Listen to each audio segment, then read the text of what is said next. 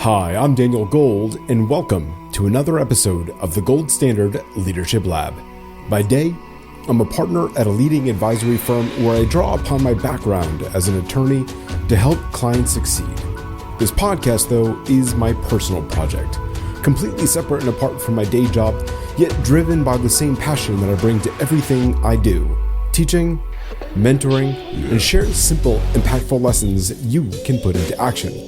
It is my hope you'll walk away with practical takeaways to help you on your leadership journey. Thanks for being a part of the community and for joining me in the Leadership Lab. Before we dive in, a quick ask. If you find this message useful, please take a moment to subscribe to the podcast and leave a comment on how it has helped you. This allows me to keep sharing these ideas that connect the art and science of leadership to real-world results. And if you think of anyone who'd benefit from this, send it their way as well. It means a lot, and it keeps the conversation going. Because what I am about to share isn't just theory. It's about making leadership more human, more meaningful, and more successful. So let's dive in to why the numbers alone won't cut it anymore. Let me give you a common example that you may have experienced yourself or heard others tell you in their career journey. So you have an amazing quarter. Congratulations. You hit all of your numbers. One team pushed hard to make a utilization target, and the other team exceeded their revenue projections. Everyone celebrated, everyone high-fived, and they all updated the scoreboard. But that evening, alone at your desk, you saw a different truth. The numbers, sure, they look good. And the team, they don't. They look exhausted. And suddenly, that win starts to feel a little hollow. Your way of measuring success had quietly eroded the meaning behind it. I want to be clear. Metrics are loud. Meaning is quiet. So let's really define this. Metrics are defined by anything that we can measure: turnaround time, error rates, customer contacts, utilization, origination. Those are all metrics. KPIs, those key performance indicators, that's a small set of metrics that we choose as leaders as primary indicators of performance. There's an important distinction here. Not all metrics are KPIs, but all KPIs are indeed metrics. And to be further clear, metrics do absolutely matter. The problem isn't the number itself. It's when the number stands alone without any meaning. Most organizations measure what's easy to count, not what matters most to sustain. That's why KPIs often turn into blunt instruments. So let's think about this. A KPI like you have to hit 85% utilization, those measure hours that are worked. But it literally says nothing at all about whether the work that was created had value to it. It has nothing at all about whether or not that individual strengthened their skills, advanced the strategy, or even help the client long term. So what happens is this. Over time, that disconnect erodes culture. It hurts retention. And even if short-term results look fine, it's not sustainable. There was a 2024 MIT Sloan Management Review study that found that while over half of leaders work to improve KPI quality, only a third create truly new, more meaningful ones. So many leaders cling to outdated measures. There's something called Goodhart's Law. And Goodhart's Law basically says that once a measure becomes a target, it loses its value. Teresa Amabile and Stephen Kramer created the progress principle, and they found that the single biggest driver of engagement is making progress in meaningful work. When metrics disconnect from meaning, that progress becomes invisible, even when the numbers go up. So this all leads me to talking about OKRs, where metrics meet meaning. OKRs, if you're not familiar, is called Objectives and Key Results. They're created by Intel in the late 1970s and later popularized by Google. So OKRs, Objectives, Key Results, the O, objective, should be something that is highly ambitious, qualitative, and inspiring. A key result is typically 3 to 5 measurable outcomes that mark real progress. So that's what an OKR should be. So I want to compare for you and hear how the difference sounds. So if you just have a KPI of increased revenue by $500,000 this quarter, that's just a measure with no meaning. So now let's go ahead and compare that to an OKR.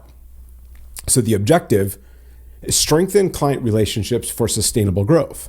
Okay, so now we have something a little bit more meaningful here. So the KPI was 500,000. Now we have a strong objectives. So now let's talk about the key results, the KRs of the OKR. One key result is increased revenue by 500,000. Now that was the same KPI, but now we're attaching meaning here. The second key result is achieve 90% client satisfaction. And the third key result, get 3 client referrals from existing accounts. So I hope you hear the distinction. The OKR doesn't just measure. It connects the what, the why, and the how. And here's the thing. It sounds different because it is different. Let me talk with you now about why the brain cares so much about how we measure, and as leaders, why we need to care about this brain science. So as leaders, we shape environments that either trigger or calm the brain's threat system. Neuro leadership research, which is a thing, was popularized by David Rock. Now, David Rock created this acronym called SCARF. So there's a model. So let's walk through SCARF. It basically shows 5 social triggers that impact performance. So again, this is a body of research called neuro leadership. So the S in SCARF means status. This means ignoring contribution quality can threaten standing, which activates defensiveness. The C in SCARF, certainty, targets without context, creates uncertainty. So the brain treats this as a danger, so fight or flight. So the A, autonomy, those are rigid rules reduce perceived control, which drains a team member's motivation. The R stands for relatedness. Goals with no team link will weaken bonds as well as empathy. And finally, F for fairness. Metrics seen as arbitrary trigger the brain's pain centers, reducing cooperation. How many leaders do you know understand neuro leadership, understand the science behind the goals that we set impact somebody's brain about the way that they go ahead and perform their work? So when OKRs, which we've already established, are more meaningful than KPIs by themselves, when OKRs are built to protect and enhance SCARF needs, we shift the brain completely from a threat mode to a reward mode. And when we do that, we improve creativity, problem solving, and resilience. Okay, so with this context in mind, now we're getting into some brain science here. Let's dig a little bit deeper into this brain science by understanding empty versus meaningful metrics. So empty KPIs keep the alarm system switched on. So that's what David Sharp was talking about in this neuro leadership principle. So when you have chronic stress, it shrinks memory capacity and decision-making ability. Competition replaces collaboration, and now trust drops. Meaningful OKRs do the complete opposite. So meaningful OKRs, they create visible progress. And visible progress triggers dopamine receptors, which actually drives motivation. When autonomy and clarity keep the prefrontal cortex engaged, you have better planning and better focus. Here's the best part. Shared goals, okay? So goals amongst leaders as well as the team members. Shared goals boost oxytocin in the brain as well as serotonin. That builds trust and team strength.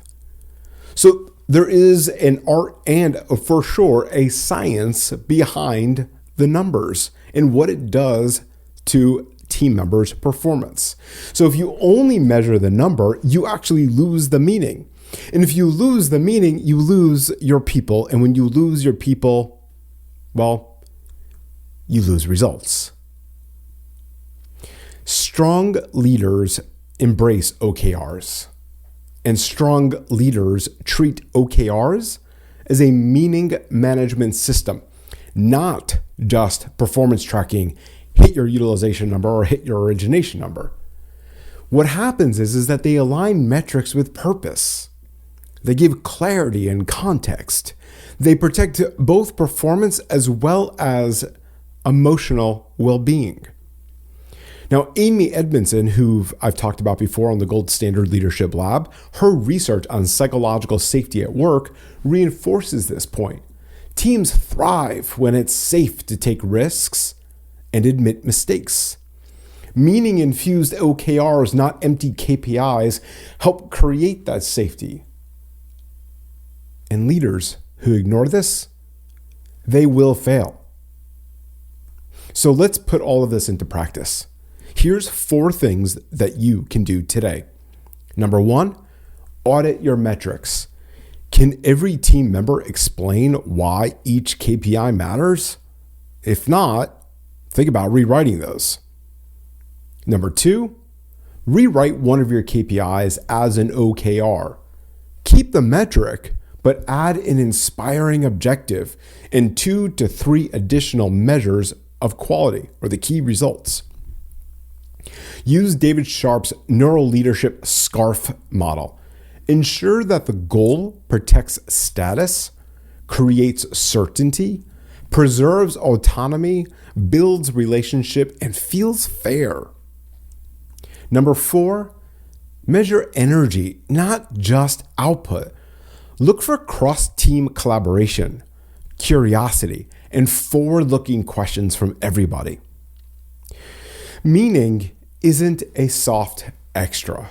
If there's anything you take away from today's podcast, it is that. It is the multiplier that makes performance sustainable, and it is indeed the gold standard shift. Well-crafted OKRs connect neuroscience, emotional intelligence, and operational excellence together. It's about creating cultures where hitting the numbers actually feels like a win worth celebrating, not a hollow win. Remember, the story about quarter after quarter about winning where we thought it was successful, but just looking at the metric alone, the target met and the team felt drained. Well, metrics without meaning eventually burn through the very people who deliver those results. But when we connect the what to the why, we create goals that drive achievement and fulfillment. But you, as the leader, have to clearly articulate and understand the why behind the number yourself. Because if you are driving revenue and you are driving utilization in and of itself as just a number and you don't understand the why, that will not create long-term success. So this quarter, don't just chase the scoreboard. Build one that tells the whole story. Remember, leadership isn't about perfection. It's about progress. Take this lesson, put it into action, and continue setting the gold standard in your own life and at work. See you next time.